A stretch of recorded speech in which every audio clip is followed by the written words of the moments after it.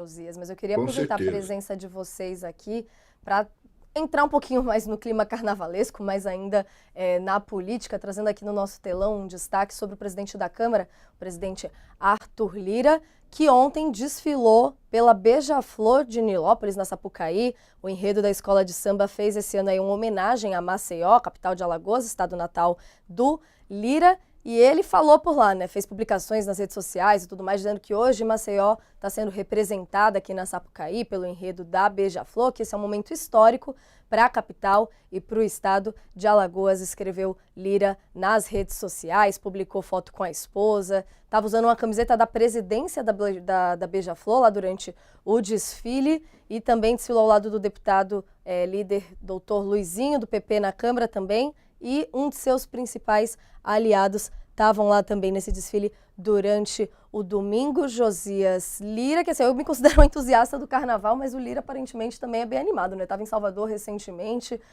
também com deputados por lá, agora no Rio, e inclusive uma relação curiosa que a gente puxou, inclusive, do nosso colunista Carlos Madeiro por aqui, de que a prefeitura de Maceió pôs 8 milhões de reais, justamente para ter essa homenagem que o Lira está citando nas redes sociais, para fazerem essa homenagem a Maceió no enredo. Ao todo foram 8 milhões de reais que eles colocaram aí nos cofres da escola de samba para fazer essa homenagem. Queria uma análise sua, Josias, para saber como é que a gente pode costurar esse momento todo, porque é muito curioso, inclusive. Estava lendo algumas reportagens falando sobre essa relação de aliados políticos ali indo juntos para festas de carnaval, mas nesse sentido, então, agora um investimento da prefeitura para fazer essa homenagem a Maceió e o Lira por lá, que chegou a falar de política, mas antes disso, queria uma visão sua sobre esse momento, essa presença dele lá, Josias. Isso é um grande vexame, não é, Natália? A Prefeitura de Maceió é comandada por um personagem chamado João Henrique Caldas, que é um apadrinhado, um preposto, um aliado do Arthur Lira. E eles fizeram um investimento no Carnaval Carioca e jogaram ali 8 milhões de reais para financiar uma escola de samba. E aí o Arthur Lira vai a essa escola de samba sem se dar conta de que os carnavalescos da escola fazem, submetem a objetividade carnavalesca a um objetivo central, que é o de fabricar uma fantasia capaz de levar a escola, estimular a escola a descer a avenida. E a Prefeitura de Maceió pagou, com o dinheiro do contribuinte, uma marketagem que inventa um enredo pretensamente verdadeiro com o objetivo de iludir a sociedade brasileira, a população de Alagoas, criando uma fantasia de que a escola decidiu por conta própria render homenagens a Maceió. Então, isso é tudo muito desrespeitoso, né? Primeiro porque Maceió tem outras prioridades, além de financiar o desfile de uma escola no Rio de Janeiro. Segundo, porque o que se verifica é que a prefeitura foi colocada a serviço não da imagem de Maceió, mas dos interesses do Arthur Lira, que é candidato ao Senado na próxima eleição, em 2026. Então, isso é tudo muito vergonhoso, porque submete uma prefeitura à fantasia de fabricar uma pretensa realidade inexistente. Quer dizer, não, a escola de samba não escolheu esse enredo, ela estava com dificuldade para se financiar, e apareceu uma prefeitura disposta a desperdiçar o dinheiro do contribuinte alagoano no financiamento do carnaval carioca.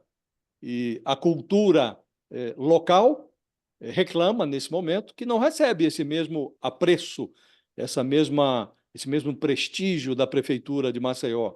Então, é vergonhoso que isso esteja acontecendo, Natália. É vergonhoso para a escola, porque se verifica que a criatividade foi submetida a uma necessidade financeira, e é vergonhoso para a Prefeitura de Maceió, submetida a interesses políticos que não condizem com as necessidades da cidade. Tudo muito vergonhoso, Natália. Aí, muito bem lembrado também esse destaque da população, principalmente artistas, produtores culturais da região fazendo esse questionamento, né, Josias, aí da necessidade de mais investimento de cultura. A gente, inclusive, aproveitou para pedir a opinião do nosso público aqui no YouTube. A gente começou agora uma enquete perguntando justamente se, então, você concorda com esse patrocínio de 8 milhões da Prefeitura de Maceió para a Beija-Flor, nesse enredo que a gente está destacando. Vocês podem ir votando aí ao longo do programa e a gente traz aqui. Mas eu aproveito para jogar a análise agora para o coach. Eu queria até pedir para a gente botar o telão, que eu queria trazer um destaque para uma foto que está aqui na Folha de São Paulo, uma notícia trazendo justamente esse destaque dos 8 milhões da Prefeitura. Eles fizeram todo o resumo aqui de como que foi o desfile e trazem também essa foto aqui do presidente da Câmara, Arthur Lira, cumprimentando o Anísio Abraão David, presidente de honra da Beija-Flor, que a gente lembra já foi condenado também por causa do jogo do bicho. Essa foi uma das presenças lá no desfile com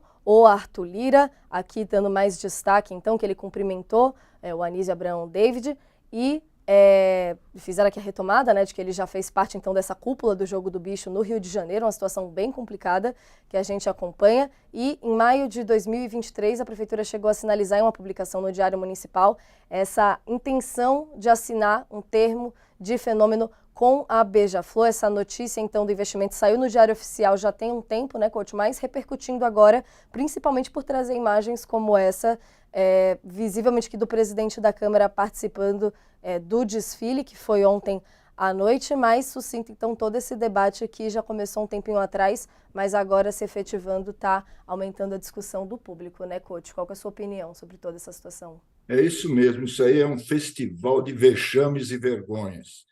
Maceió ganhou as manchetes da imprensa brasileira no ano passado, com aquela tragédia dos buracos da Braskem, que deixaram 60 mil desabrigados.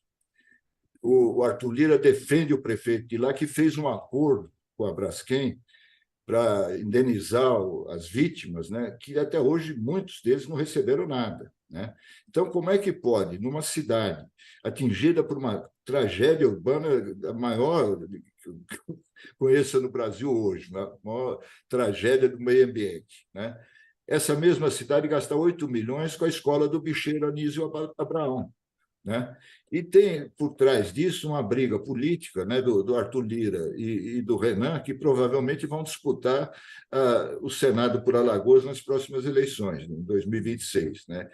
Falar nisso, já que nós falamos dos dois, eu pergunto que fim levou a CPI que o Renan queria abrir, que instalou, chegou a instalar no final do ano passado, e nunca mais se tocou no assunto.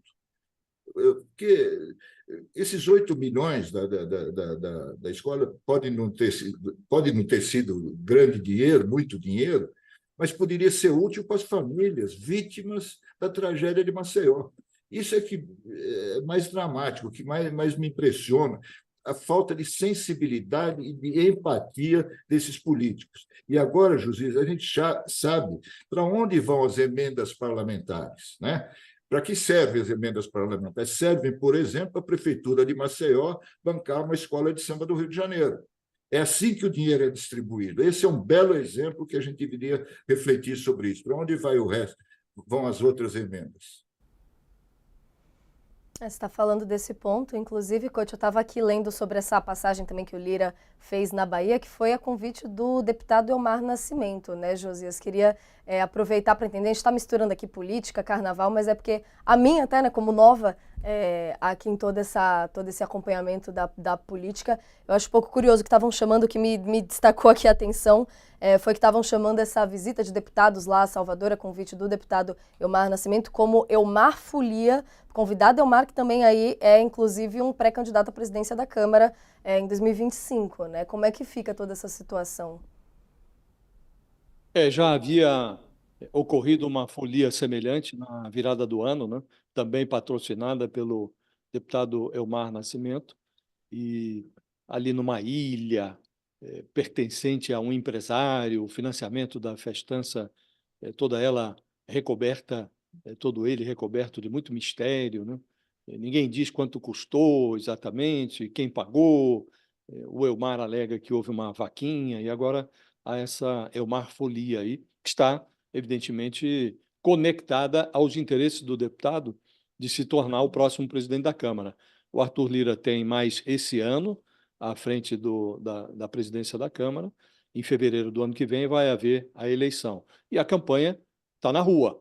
E o Elmar é o candidato preferido do Arthur Lira, e o Lula leva o pé atrás, porque a presença do Elmar seria uma extensão da gestão do Lira, que é uma gestão marcada pela chantagem sobre o governo. Em parte, o Lula já cedeu a essa chantagem, porque proporcionou ao Arthur Lira muita verba de orçamento, entregou a Codevasf ao Elmar Nascimento, manteve na prática o mesmo esquema que se estruturou na Codevasf durante a gestão Bolsonaro. O Lula manteve os mesmos personagens, inclusive o mesmo gestor, um apadrinhado do Elmar Nascimento, continua lá, e a Codevasf se transformou num ninho de desvios de emendas penduradas no orçamento federal pelos parlamentares. Então, na prática, o Lula, diante da necessidade de aprovar propostas no Congresso Nacional, algumas delas relevantíssimas para a agenda econômica do Fernando Haddad, o Lula cedeu às chantagens desse grupo, do Arthur Lira e do pedaço do Centrão controlado por ele. E, na prática, o Lula contribui para a preservação desse esquema, porque agora as emendas, a engrenagem da Codevasf vêm sendo utilizadas pelos parlamentares, por esse grupo, para tentar se manter no comando da Câmara. O Lula percebeu a armadilha, vetou lá 5,6 bilhões de um total de 53 bilhões de reais que os parlamentares reservaram para si mesmos no Orçamento Federal de 2024. O Lira agora pressiona para restabelecer esses 5,6 bilhões que foram vetados pelo Lula, e o Elmar Nascimento trafega, como se nada tivesse sido descoberto sobre a gestão do apadrinhado dele lá na Codevasf, como se ninguém tivesse notando o que os parlamentares fazem com as suas emendas parlamentares. Ele se movimenta com muita desenvoltura para se converter no próximo presidente da Câmara. E, se nada for feito, não é negligenciável, Natália, a hipótese de que o Elmar Nascimento se eleja presidente da Câmara, um pouco beneficiado por esse esquema que foi mantido, herdado pelo Lula do Bolsonaro, e um pouco por essa desenvoltura, essa desfaçatez com que misturam-se as pulsões dos parlamentares, essas festas de fim de ano, festa carnavalesca, com os interesses que não se confundem com nada parecido com o interesse público ali na Câmara dos Deputados. O risco do Elmar Nascimento virar o próximo presidente da Câmara não é nem um pouco negligenciável nesse momento. Misturando aí os discursos como a gente tem visto, né? E mesmo nesse clima de festa, lá o Arthur Lira chegou a ser questionado, né, sobre a investigação contra Bolsonaro, esquivou um pouco, mas respondeu ali dizendo que isso é com a Polícia Federal e com a Justiça, vamos deixar que as investigações corram dentro da normalidade e que não tem nenhuma postura ali efetivamente que o Congresso possa fazer após as ações da PF, Couto. Que sinalização que ele dá, falando ali inclusive que a principal fonte da democracia são os partidos políticos, que eles não podem aí ser punidos, que precisam de partidos fortes para a democracia. Que tipo de sinalização